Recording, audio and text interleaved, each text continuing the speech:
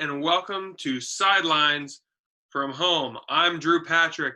On today's episode, we have the four individuals joining us from the Fall Athlete of the Year and the Winter Athletes of the Year to break down their seasons and how they're adjusting and have adjusted to COVID-19. It should be a fantastic show, so buckle your seats and let's have those guys join us now.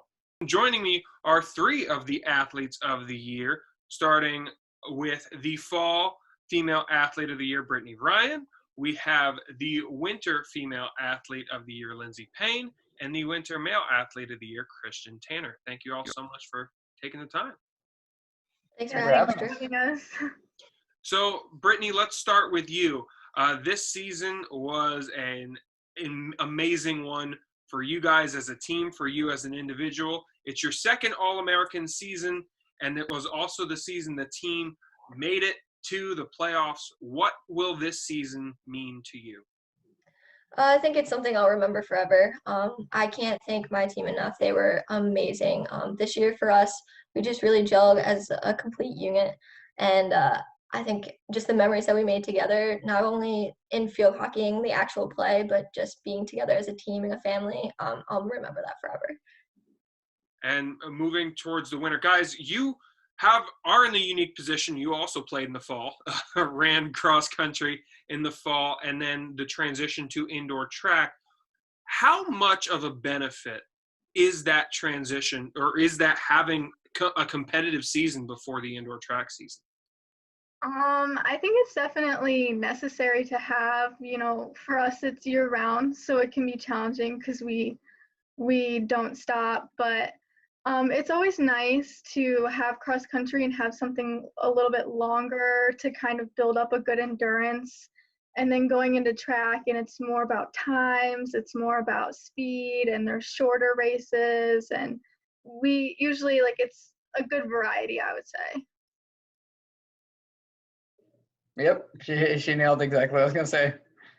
And Christian, for you, this is really your first year of collegiate, that college aspect of it. What was the most difficult transition from the high school aspect to now college athletics?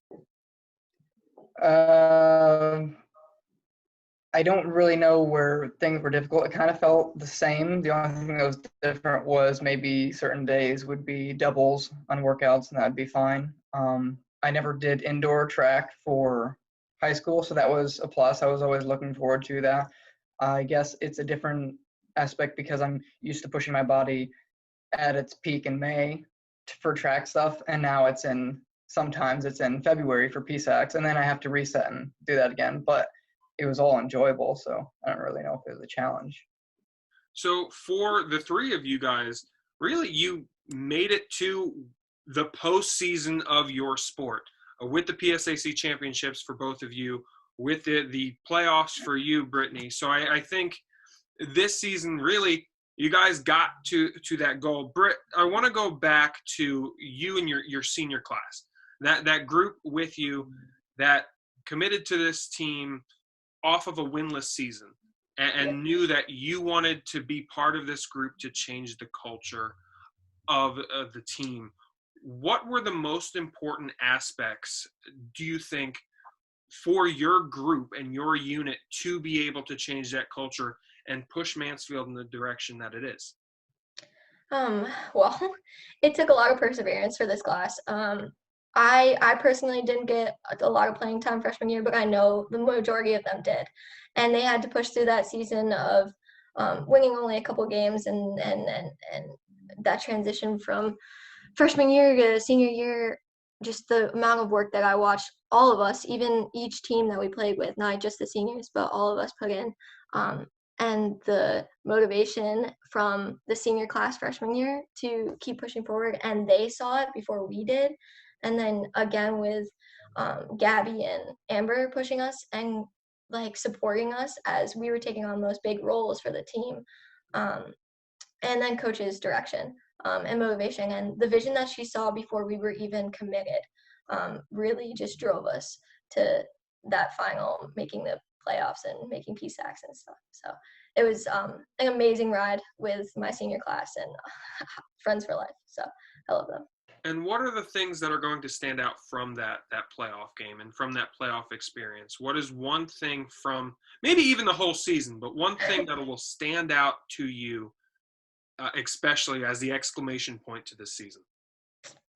Whew. I think honestly the game that we won to be able to get into playoffs, that will just stand out forever.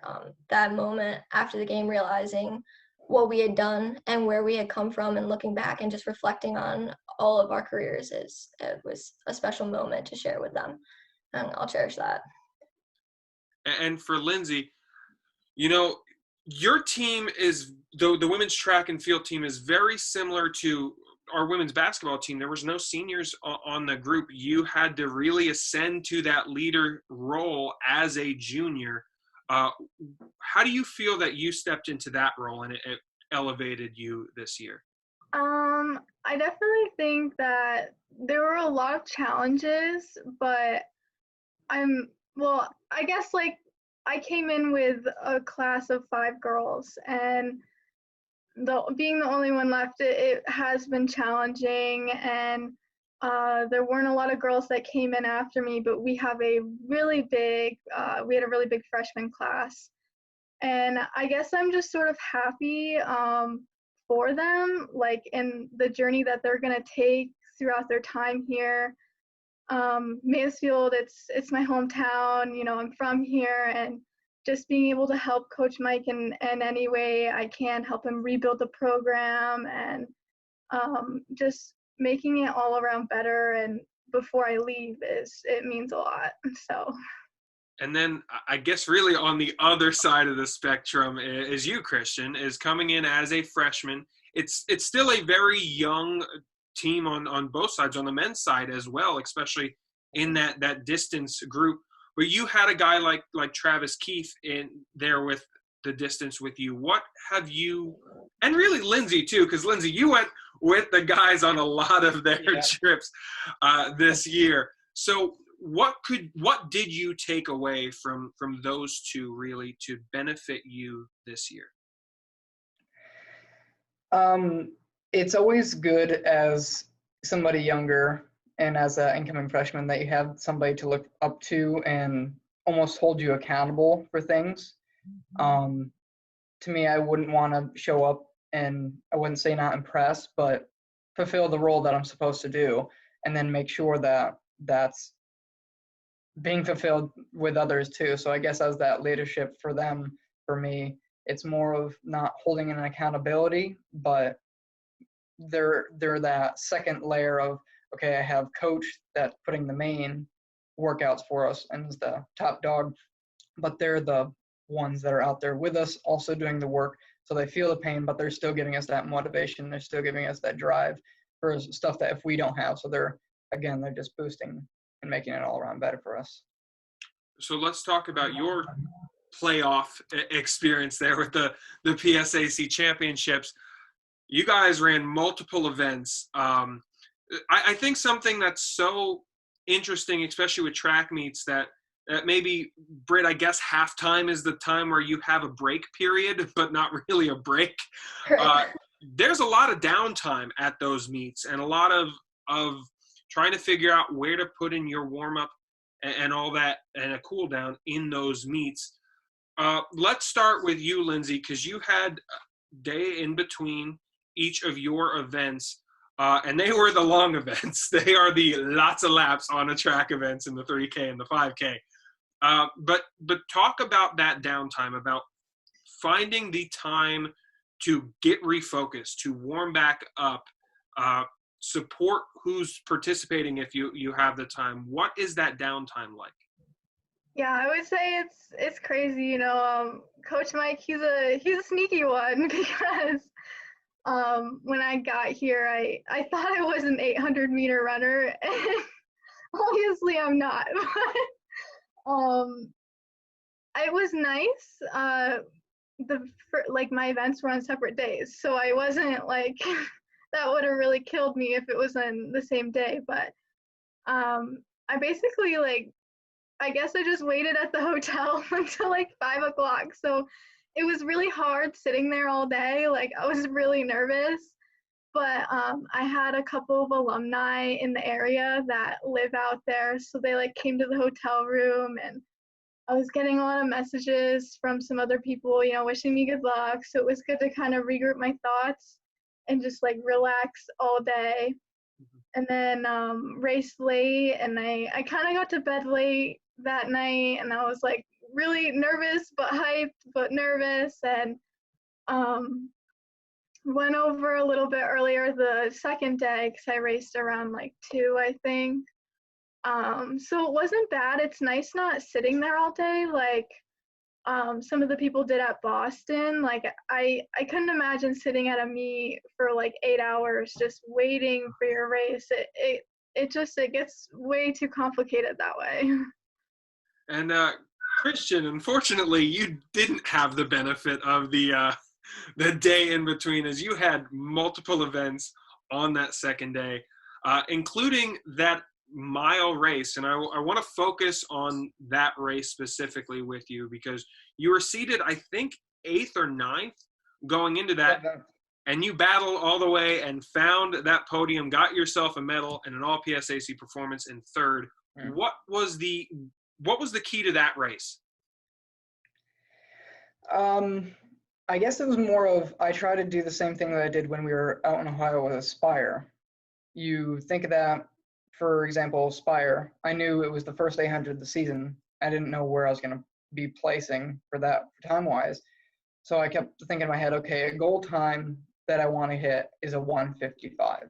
That's where I'd like to come into the season for, and I hit it. And I did the same thing with the mile. I knew a few people in the field already, just from a few freshmen that were there, and then a few of the other ones that I've seen before and that heard their names of and knew a little bit of their history. So I was kind of familiar with the field.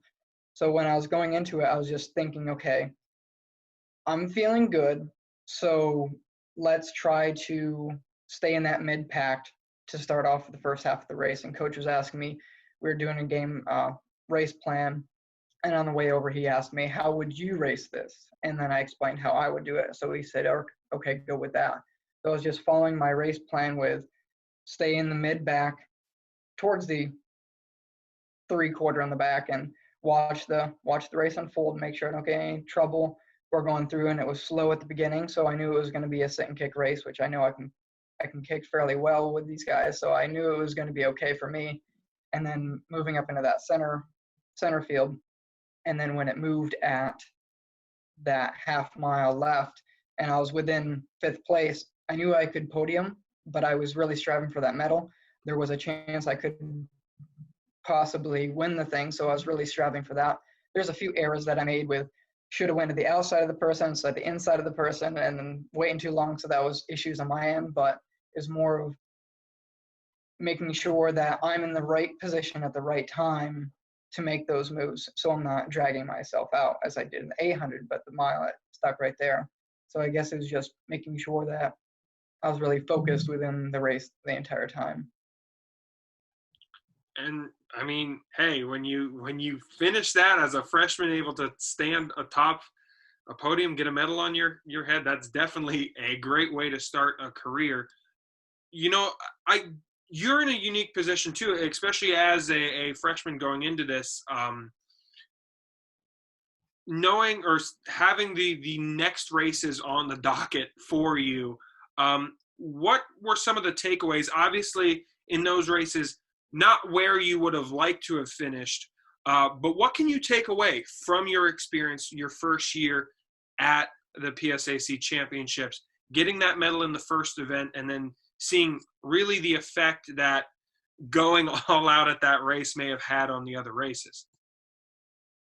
I'm used to back in high school doing 4 events all the time. So I was used to doing the mile, maybe put in the 400, the 8, and then doing the 4x4. So I'm used to having that quick, not enough time really to recover.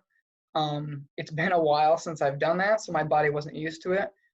But it was more of listening to my body. What do I need after the mile? Okay, we did that, and it was a fast last half. What do I need to do to recover on that time? So I guess it's more of listening to my body and knowing what I've done in the past that I've helps recover quick enough, but sometimes things won't work. When I had to do the cool downs, it might be a 2 mile and then a mile warm up and then do a bunch of strides. But in between that might have been too much. I was put on 6 miles between just the races for warm ups and cool downs. So that was a little too much for me. So I would say just, again, listening to the body and understanding what it needs for in between races. Let's go back to you, Britt, and talk more about this past season and some of the stats I have here for you. 127 saves on the year, 6 shutouts, which is tied for most.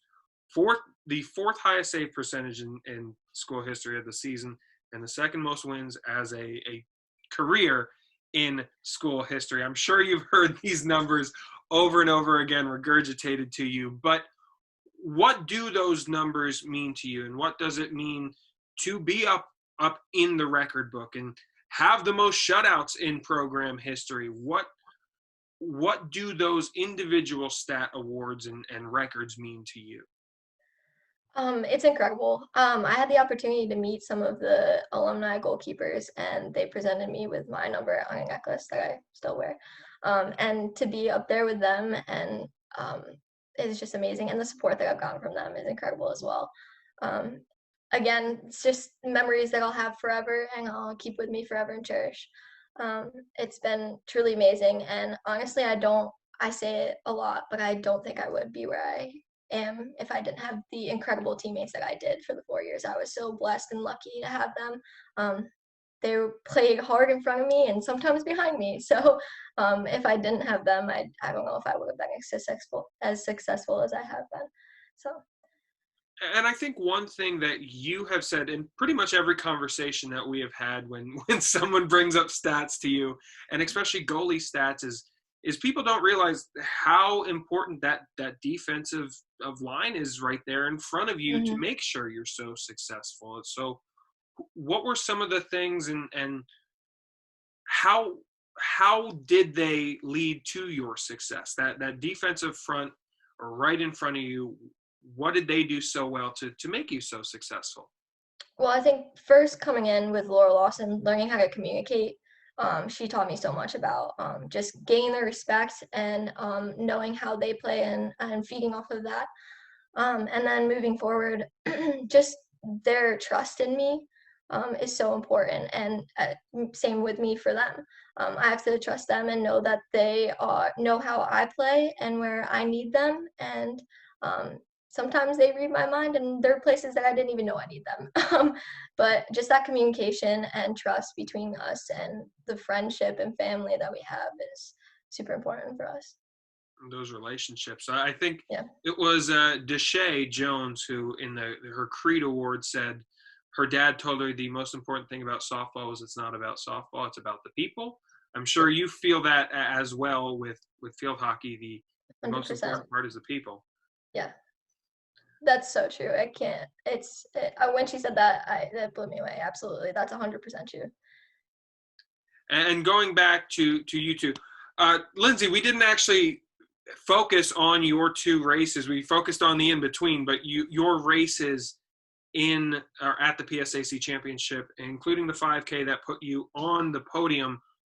What were some of the key things in that race, and what led to you finding the podium, and then in the other one, just missing that podium spot in 9th place? Not to dwell on that, but a top 10 finish in that one as well. No, the night before the 5K, I spent 2 hours in a coach's room with a couple of the alumni and Coach Mike and Coach Michelle. And obviously, I mean, I was at indoors the previous year for the mile, but it was only my second 5K indoor ever. So it was still new territory, and I think that's where a lot of my nerves were. I was seated 7th, I believe. So I knew I could hit the podium, but it was just a variation of how high up I could go. And we knew it was going to be in lane 4. And Edinburgh's, like, I love their track. but you really don't know the real distance around it. So we calculated in lane 4 it was 256 meters. And the goal was to hit 56s per lap. And honestly, I didn't really know how fast I was going, but this is where Coach Mike comes in, and he's really good at what he does. Every lap he was yelling my split, and then I obviously had a couple of other coaches helping and yelling, and basically I sat back in around like 12th place for the first half of the race. Because like I'm better sitting and kicking, but that's something that I want to work on next year. I want to work on going out in front and having the courage to do that. But for this race, basically I waited until it started breaking apart, and in that moment of the race where it's breaking up, that's where you need to move up and you need to fill gaps. And there's like 4 or 5 laps to go, and I had almost reached that front pack finally. And then, the Westchester girls started falling off, and I was like, okay, like I'm going to pick them off one by one. And then that last lap was kind of tricky because we were kind of lapping some people. So we were all the way out in the outer lane trying to pass so many people, but I was able to pick off one more girl. So it was a really great experience. And then the next day coming back, I mean, missing the podium by 1 second, it is rough, but I also had an 8-second PR, and the 3K has never been my strong suit. It's a really hard race to kind of try and figure out how to race. But, having that 8-second PR and moving up on the all-time list was still, it was a connection that I needed to make before going into outdoor. So I never really look at the negatives, and making podium is great, but I feel like that the whole point of those races were for me was to make that connection. Because obviously going to outdoor, I really wanted to break 18, and we didn't get to have the season. But in order to go to Colonial Relays, I needed to make that connection, and I needed to run a low stick in the 18s. So yeah, I feel like the places are great and the podium is great, but for me, just the times are great. Like, that's really what it's about for me. And, speaking of times, you mentioned rising up the record books. All 3 of you guys have your names in Mansfield record books. And Christian, you did that in a couple of things. I have it listed here, you're the 4th fastest 800 in school history as a freshman, the 8th fastest mile time in school history as a freshman, and part of the 2nd fastest 4x4 team in school history. So what does it mean that there's a great tradition here in track and field and cross country at Mansfield, but to be able to rise up the record books in your first year, how much motivation does that give you, or encouragement does that give you looking forward to the next 3 years? It helps, I guess. I don't really look at you're 2nd here and you're 7th here and you're 4th here. I don't really look at those. Okay, they're great, they can be, but that's not what I focus on. It's more of having that potential, and I run these times this early on in my season, and knowing that I'm still progressing and I can still peak through these next few years. It really helps set a drive and, I guess, motivation, and almost as I wouldn't say cushion, but I'm driven more because of end goals, where there was a possibility just this season that I could make provisionals and maybe get close to automatic time for making outdoor nationals as a freshman. So with having those there during the season, realizing, okay, I'm running this fast and I'm keeping up with some seniors and some juniors, that's good. That can help put the motivation for that, having a better possibility for that end goal. And then with having these next few years, and then having that long-term goal here coming up very soon. So it's a nice thing to know that I can do this, and it shows, but I also have to be careful not to overwork my body, because knowing, okay, I can run these times, I need to push even harder if I want to get to here. I need to let it slowly progress and take its time, or I'm going to burn out and then hurt myself and then set myself back more. So I guess it's more of a motivation and then a warning, I guess. So, Brittany, you're actually in a position really to help these two in the fact that this is the third time you've been named Athlete of the Year. So, I guess the pressure, so to speak, of coming back with the expectations higher, with that weight higher. So what would be the advice you would give these two to know that, yes, this is a great award, but there's still work to be done? I think after listening to them both talk, they have it under control. The biggest thing is just to enjoy your time, enjoy your sport. You guys are so lucky to be able to be still doing what you love in college at the collegiate level. So if you focus on the good things and the fact that you guys are making memories that will last forever and you're still getting to do what you do, then hopefully the rest will follow. You guys are both incredible athletes. Congrats. Thank you. It's I love seeing that. I mean, you guys might not see each other all the time. You're in season at the same time. You're all working, but I love seeing that advice and seeing you guys just respect each other's crafts. It's a lot of different moving parts that you have to do, but to know that we're all part of this, the Mansfield family, and I love seeing that. Obviously, this year ended in as bizarre of a fashion as it could possibly end with COVID-19. You guys had a season robbed from you. Brittany, you had to finish your collegiate career online in a bizarre fashion again. So what were some of the things that have been the most difficult in this time, and what were some of the things that you're going to remember from this point in history? Well, I guess I was technically, I guess I'm graduated. I graduated Saturday. But so it was difficult not getting to have those laughs with my friends and the people that I've spent 4 years of my life with and I've grown so close to. That was really difficult for me. And I wasn't even able to see them outside of school at all. So hopefully we'll have that moment eventually, but to be able to spend more time with my family right now and grow closer with them and have that like special experience on graduation day. They did a lot for me, and share that moment with them. That's something that I'll remember. It's definitely weird, but it was still nice. And Lyndsey?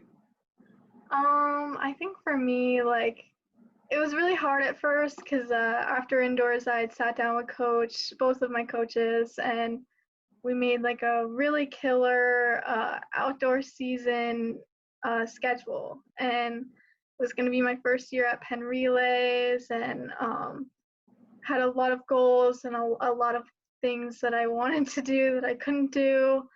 But I guess just, embracing the hard times, it's, we all know what it feels like when everything's going great and everything's going our way, but it's really what you do when things aren't how you imagined it to be. And, I'd hit my highest mileage week ever a couple weeks ago, and just trying to train hard, stay focused. 7 months till the regional championship, so lots of time, but just a lot of work to be done. And yeah.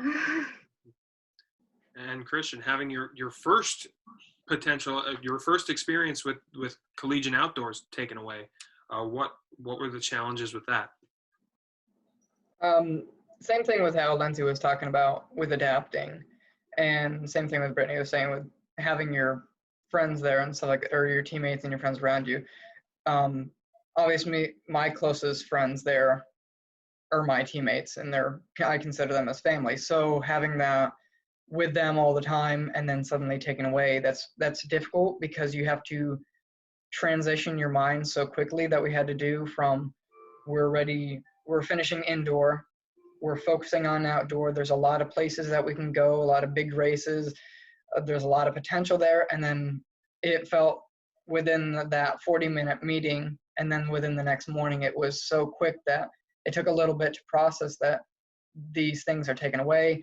And now you have to shift your focus to cross country, because there's no real sense of keeping your mindset stuck in track season, because even though we're still on a track regiment workout to keep us in shape for that summer training, definitely have to transition your mind, because that is the next thing, and you have to keep yourself accountable for that. So it's harder to transition to something that is so far away, but you have to stay focused on. You know, you made an interesting point there in the fact of your teammates. People always see running and track and cross country as a very individualized sport, but being able to do those workouts and train with somebody, what is the benefit to that? And the fact that really that's not possible right now, what effect does that have on you guys? Really hard. Cross country, it's a big team sport, and track, we are competing individually, but, we put in the work together. And so, we're at the point where I think we can all handle doing our workouts on our own, but it's, like 1 week you're feeling great, the next week, your legs are a little heavy, and that's usually where the team comes in. And it is hard not having the team there right now, not having the people running beside you to help you through a workout when you're, maybe you're not fully recovered from something the week before. So it is a challenge, and I honestly can't wait until, we all get back together. So. Yeah, things will go back to normal eventually. That's the light at the end of the tunnel that we all have to see getting closer to us. This year, actually, in the past week, we have relaunched the Mounting All Access channel page. It's MU All Access on Twitter. You can go give that a follow. But the reason I bring this up is we are counting down our top 10 games that we broadcast this year. Unfortunately, for the people next to me here, there was no home cross country meet, so we didn't really get a chance, or a home track meet. There's no indoor track on but we didn't get a chance to showcase you guys on Mounting All Access. But Britt, we had a lot of chances and some great games. So since I have you here, I'd be remiss if I didn't ask, what games do you expect to be on this top 10 list? Or what were some of the games, you mentioned one of them that is going to stand out to you, but what are some of the home games that you'll remember from this year? Oh, home games. Oh no. A lot of them. It's obviously the game to clinch PSAC playoffs was incredible. But they're on our home field.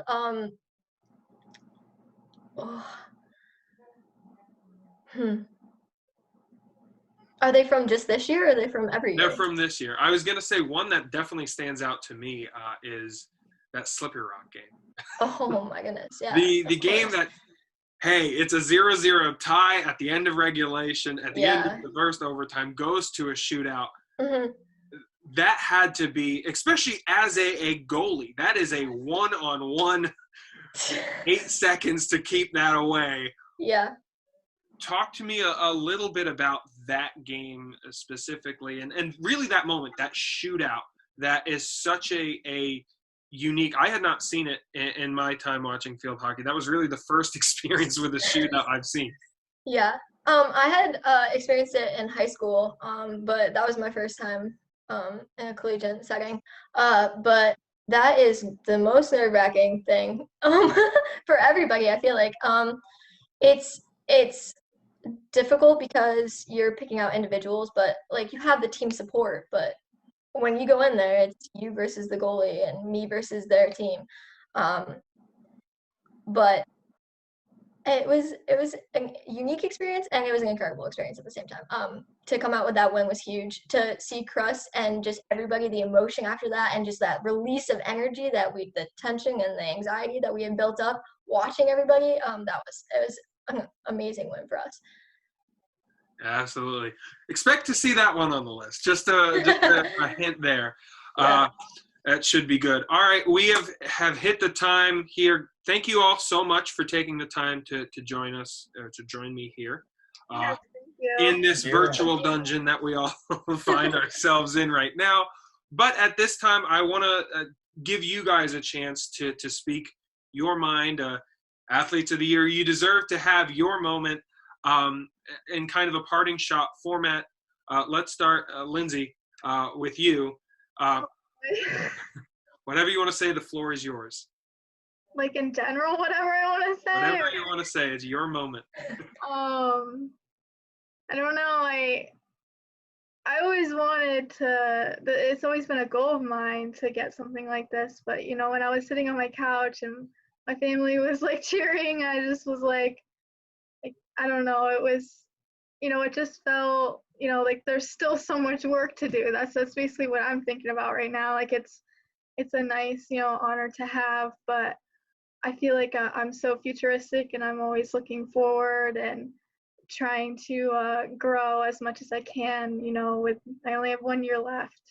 So I'm just trying to kind of enjoy it. You don't get to be in the NCAA forever, unfortunately.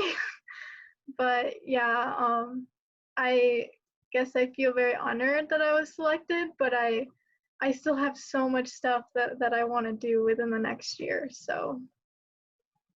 Absolutely, I love it. Christian, you're up next. Floor is yours. The same thing with Lyndsey was saying. It was when we were watching it, I didn't expect it. I wasn't thinking about it. I wasn't striving for it. There was a moment in time that when I was with Coach and we were in his office, he was talking about it. He said there was possibility, and then there at PSACs when he was talking to me when I had the medal, he said, you could get Athlete of the Year. He said, this is a possibility for you. So I guess it's more of it's a cool thing to add to the couple things, but it's more for me that with having those, I guess, is built as an experience, because you have, with cross country and track, you have to go to those further levels and you have to hit those higher meets in those difficult areas to become and do some of these things. So I guess it's more of, with having this new incoming freshman year, hopefully giving them a little bit more motivation and drive and something to look up to and saying, hey, it's not just a senior thing. They've been here as long as they put in the work. There is possible freshmen that can get it too, and just really make it an all-around great environment as I had with both the guys and girls team around us, creating that great family environment, hopefully to pass that back down and have these new incoming freshmen, giving them that motivation and then that same family aspect as I had. So. Absolutely. Well, thank you. And Brittany, the floor is yours. Yeah, these guys have the same experience. Getting to watch the awards with my family was new for me, and getting to share that moment with them, my last awards banquet with them was really cool. I didn't miss seeing my teammates, and I didn't get the proper goodbye with a lot of them. But the last 4 years have been incredible, and I'm so blessed to have been to choose Mansfield and have Coach take a chance on me, and I wouldn't trade it for the world. Everybody in the athletic department, it was home for me. It was my home for the last 4 years, so I'm definitely gonna miss it, and hopefully we'll get that proper goodbye soon. And Brittany, since you're here, I do apologize for the Britton Moyer joke. I know it's bad. Oh, I laughed. I thought it was funny. No, but thank you all again so much for taking the time for hopping on here, and congratulations on outstanding seasons. Brittany, congratulations on an outstanding career, and congratulations on graduating. Thanks. You will get your ceremony, I promise. We will figure out a way here to let you have that moment and have that goodbye that you need and deserve. But thank you all so very much. This means a ton. Yeah. Thanks for having us.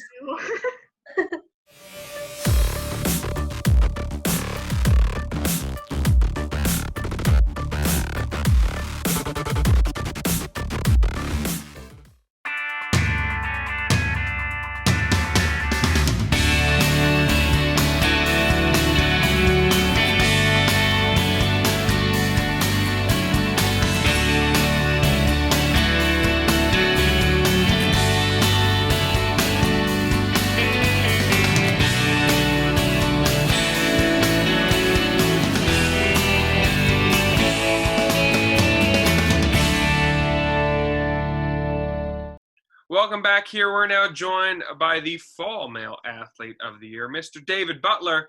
How are you doing? I'm great. Just quarantining, I guess you could say. Oh, yes, we're all stuck inside.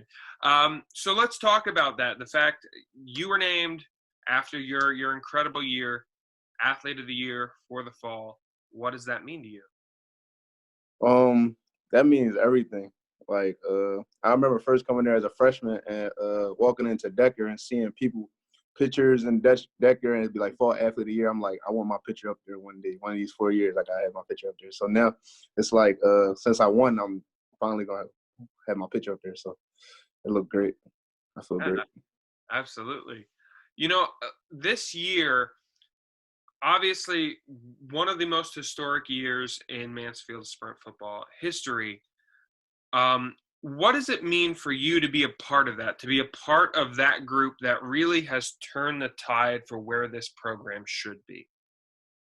It feels great because with a few of my peers, like I'm about to be a senior, so the rest of the seniors, we was there since for 4 years, well, three years prior to this year. So it's like we seen what the program was, and we was like, we're gonna stick in there. We got to change the culture, and I guess you could say, we finally start uprising and changing the culture game by game. It feels great. So obviously last year was that turning point, that 4-game win streak to end the season last year. But going into this year, where was it in the point this year that really you guys, it clicked for you, that you knew you guys could be this special team? Where was that point this season? I would say right after Chestnut Hill game, the second game of the season. We came off, we came back in that game. We was down.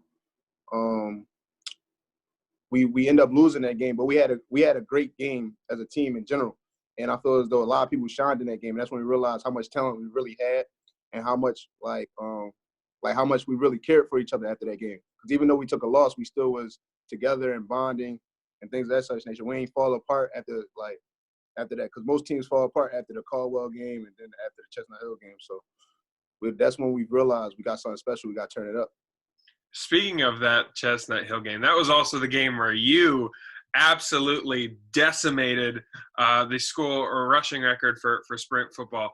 I mean, what was it about that game and your offensive line in front of you that really led to being so successful on the ground?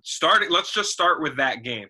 We can get to the whole season, but let's just start with that game and that historic moment for you. What was the key to that one? Well, my old line. Well, the coaches started off by he made me start that game. So that was my first time starting since freshman year. So a few people knew like how I played and things of that such. So I told my old line that week, I said, it's on y'all. Like, I'm following behind you. I'm just making stuff happen. Y'all just open up the holes and I'm gonna explode them. So that's the mindset we went in there. Coach said we're gonna run the ball. I couldn't disagree. So it was like after that he just called the right calls and I was just following them. And that's what happened. Ran all over the field. The other game where really you ran all over the place was that Cornell game. Look, that was a monumental part of the season, that game. Obviously, you guys had heard a lot of things going into that game. But to be a part of that team that beat a Division I or a traditional D1 on their home turf, what did that game mean? That meant everything. That meant everything for the program. Like, we was playing for, like, if any other game we wasn't playing, we was playing for coach that game. Mm-hmm. Like in the program, because it's like, as you said, it was a lot of politics, like between the two, like us and them. Like, we, like, forever. We always debated. We always went back. It always been a tough game and things of such nature. And to finally pull it off, I'll never forget that game. Not just pull it off, but absolutely dominate, really, from start to finish in that game. You guys had a lot of games this year where you proved just how dominant of an offense you guys could be. You know, with looking forward briefly, obviously, the situation we all find ourselves in, quarantined and not being able to finish this year, let's start with that, and being, what were some of the things, or the hardest things really, to adapt to in this new reality that we face, and finishing the year at home? Of course, the school part, the online part, that was a little different because you can't get the direct help that you need. But team-wise, it was more of like we missed spring ball and things of that such nature, so he wasn't able to bond as much as we wanted to. And it's like that, those type of events, like Relay for Life and stuff like that, those type of events is what brings the team together.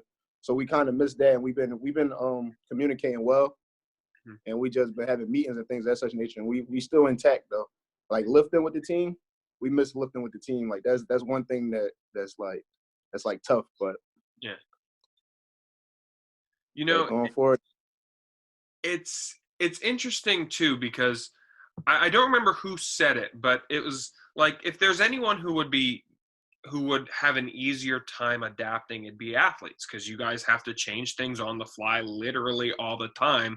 Do you think that actually comes into play? It might have been easier for you as an athlete because you're so used to things changing at once and coming up with a game plan at once, especially in the game of football where every play there's going to be something different. I think that the adapting wise, yes, but at the same time, everybody's situation different back at home. So I mean, even though you are an athlete, real life hits. So it's like some people wasn't able to have certain tools and things of that such nature. So I mean, I think it made it easier, but at the same time, every situation different. So yeah, absolutely. Again, with this heading into your senior year next year, what do you think you're going to have to do, knowing you now have this award under your belt, knowing that you guys were literally a game away from the championship last year, you going into your senior year, what is the next step for one David Butler? Well, for me is to explain to the young guys coming in, the mindset coming in, the work ethic that's going to have to be put in, the togetherness that we're going to have, the family, the all oars in the water. Coach says, like, I have to show them and I have to tell them how we are still going to carry the tradition of what we have. And we only got one goal, and that's to win the championship this year. We done did everything else. We done broke these records and things of that such nature, but we still ain't got that ring, and that's the ultimate goal. So that's all. The next step, your name's in the record book quite a few times there, and now you got to get that ring. And hey, it would help that the championship game will be in Mansfield, so to be able to do that in front of the home crowd sure would be something special. That's what's major. We be talking about that as a team. We like, there's no way we can't be playing in that game and it's on our field. Like that right there gave us motivation for this season alone. So we ready. It should be a good one. Things will go back to normal, I promise. So on Mounting All Access, we relaunched our Twitter page. Right now we are doing a countdown of the top 10 games of the year that we broadcast on Mounting All Access. So that's all the home games. Last week, the number 10 game was the post game, was Senior Day. What do you remember from that game? It was rainy. It was real rainy. That played a big difference in the game. But I just was happy about the seniors. Like seniors like DJ McLean, like the rest of the guys. It's like we wanted to put on for them. Like Chad, like people like that. We was trying to put on for them because they've been in this program for a long time, and it was like we had to pay them back somehow. And we went out there and we started dominating, and that was the best feeling, putting on for them. Absolutely, having that final home game for them, and a great win in that one. Of the other home games, is there a game that stands out to you that you think you expect to see on this top 10 list? Austin Brothers. The game versus Austin Brothers. That was homecoming. I think that was the first homecoming one in a minute for Mansfield. We had a great game. It was sunny. We had a nice crowd out. We ended up pulling it off against a new team in the league. I had a nice game that game. I mean, defense shut them down. Defense did their thing. So as a all overall team, I think that was a great one. That was a great one. I mean, the home games are fun this year. You started, you had Luma, you had homecoming, you had senior day. It was quite the fun year for games Yes. at home. So what would be your advice, going back a little bit, your advice to your team, as you said, going into your senior year, your advice to your team as the athlete of the year? You touched on it briefly, but what is your advice to the younger player who looks up to you and sees that the same thing you said when you came into Mansfield? I want my picture on that wall. What is it going to take? And what is your advice to someone who also would want their picture on that wall? Work, grind, next man up, focus, do your 111 when you're on the field, study, like things of that such nature. Like those things is what got like me from freshman year to now and still being able to produce. It's like you put in the work daily, because that's not gonna lie for when you get on the field. You're studying, you know, to expect when you play, when you're ready to play. To focus on your 111 when you're on the field and trusting in your teammates. Like once you realize that you're out there with your family and it's really like a bond out there, you be ready to take somebody's head off for the next guy. So it's like those are the type of things I would like to drill into the freshmen and young guys coming in. Absolutely. Well, David, once again, congratulations on being named the Male Fall Athlete of the Year. And thank you so much for taking the time to stop by. No problem. Thank you. That's going to do it for us here today, folks. Thank you so much for tuning in. And a special thanks to my guests, Brittany Ryan, Christian Tanner, Lyndsey Payne, and David Butler. To stay up to date on all things Mansfield Athletics, head over to GoMounties.com. Make sure you give the MU_All Access Twitter a follow to make sure you stay up to date, and every Sunday come back and enjoy one of our top 10 games of the 2019-2020 season that Mountie All Access broadcasted. And I hope you have a fantastic day. Stay safe and stay healthy. Have a good one, folks.